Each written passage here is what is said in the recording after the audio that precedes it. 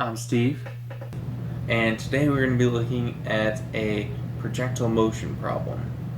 In this case, a rock is dropped from a hovering helicopter and it hits the ground 2.7 seconds later. We want to find what is the height of the helicopter and with what velocity does the rock hit the ground. So go ahead and pause the video, try it by yourself, and when you're ready, resume and I'll show you how I got the answer. Alright, here's how I did it. So first off, I always like to, on the side, say what are all the variables that I know based on the question. And in this case, we know that it took 2.7 seconds to hit the ground. We're on Earth, I'd assume. So we're going to say gravity is 9.8 meters per second squared.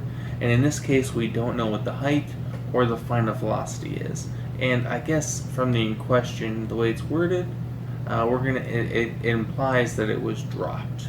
And so that means it wasn't thrown down, no initial velocity.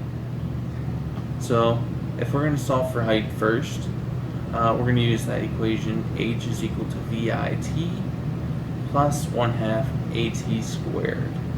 Right? So now all we gotta do is we plug in what we know.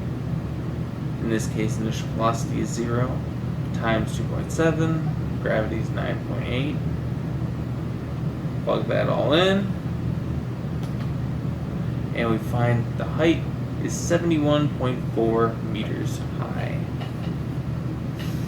Now, for the second part, we're going to be solving for velocity. So in this case, we know that it hits the ground, and right before it hits the ground, it's at its maximum velocity. And it starts at 0, and the only thing in between them is the acceleration due to gravity. So in this case, we can use another version of that same equation. In this case, it's final velocity squared is equal to initial velocity squared plus 2 times acceleration times distance.